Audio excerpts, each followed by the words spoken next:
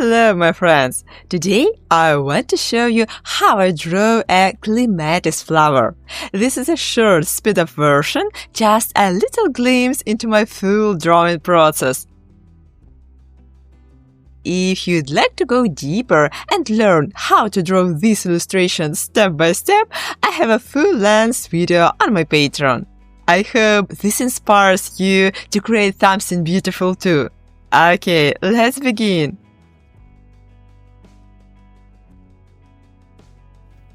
I start the drawing by gently softening the extra lines using a kneaded eraser. For the first stage, I'm using a 2H pencil. That will be more than enough for now. Let's begin shading. I'm starting with the folds in the center of each sepal. At the top, I've added a photo reference to help you draw along with me and to show you exactly what I'm looking at and focusing on. Right now, I'm adding short vertical strokes near each fold. My goal is to imitate the texture of the sepals and mark those folds clearly. As you know, I don't copy the photo exactly. Instead, I try to show the most beautiful and expressive part. So I always choose the best elements from the reference.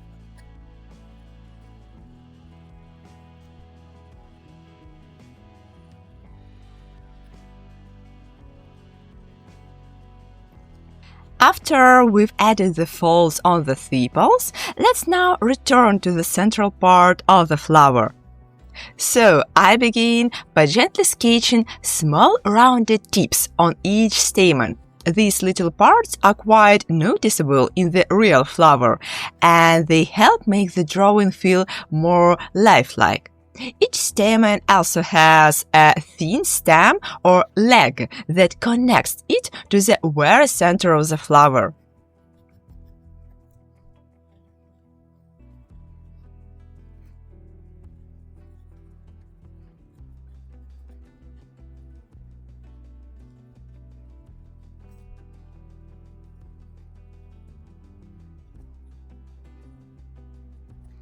Once all the stamens are in place, I softly darken the area around the base of each stamen. This helps create contrast and make the stems stand out more clearly.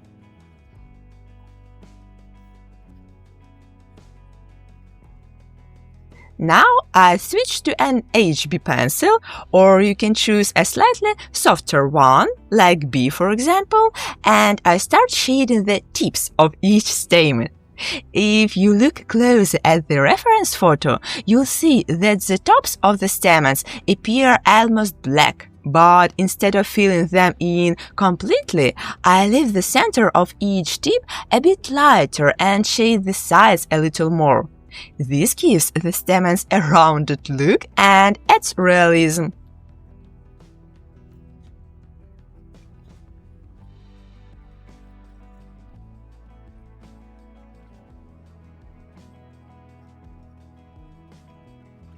And now we finally move on to the next exciting part, adding texture to the first sepal.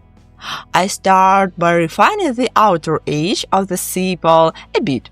I'm also drawing a slight thickness along the edge. This helps to show that the sepal isn't paper thin, but actually has some volume.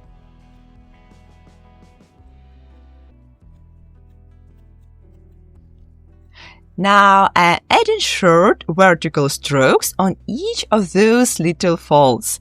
These strokes are meant to mimic the texture of the surface and give it that realistic feel. Try to keep your strokes very short and light. Don't press too hard with the pencil.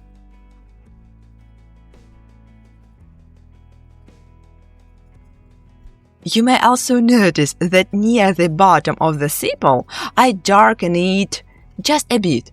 I do this to show that the sepal slightly curves downward at the tip.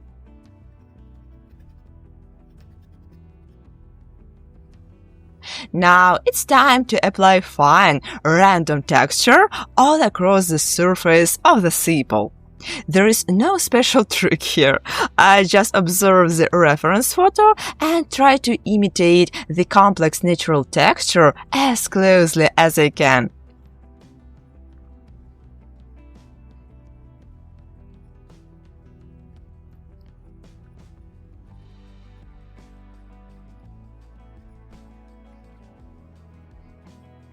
As you can see, the direction of the lines goes from the edge toward the middle, and they form these tiny, almost stripe-like patterns. And just like that, take a look. We finished drawing the first sepal in the full detail. Now I take an eraser and lightly soften any areas where I might have pressed the pencil too hard. I want the texture to feel light and airy, not too heavy.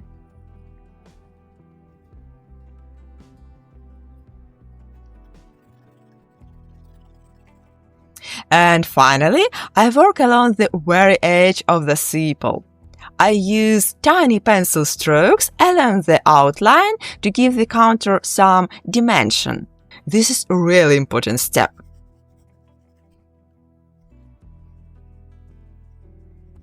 Well, great job! We finished drawing the first sepal, and now it's time to move on to the second one.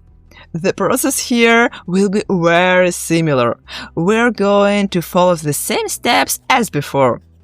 So, I start by refining the wavy edge, just like we did with the first sepal. I carefully add that gentle wave and the small thickness along the border to show the volume.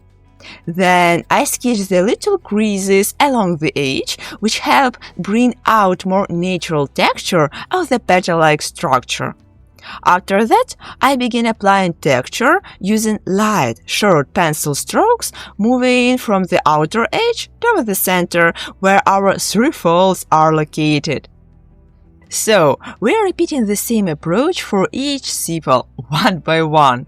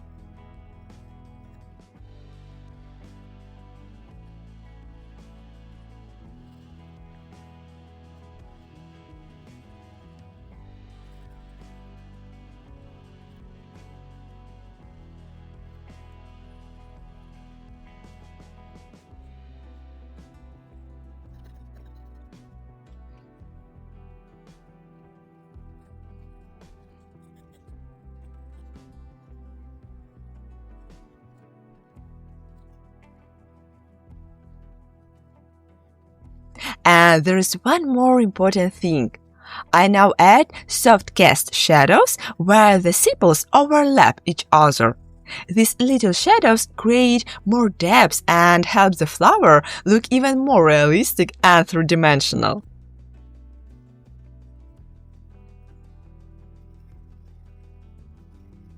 Thank you so much for watching.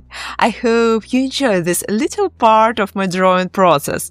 If you want to see the full real-time tutorial and draw together with me, you can find it on my Patreon. It's a part of my Botanical Explorer tier. Don't forget to like this video and subscribe to my channel for more nature-inspired art. See you next time and happy drawing! Bye bye!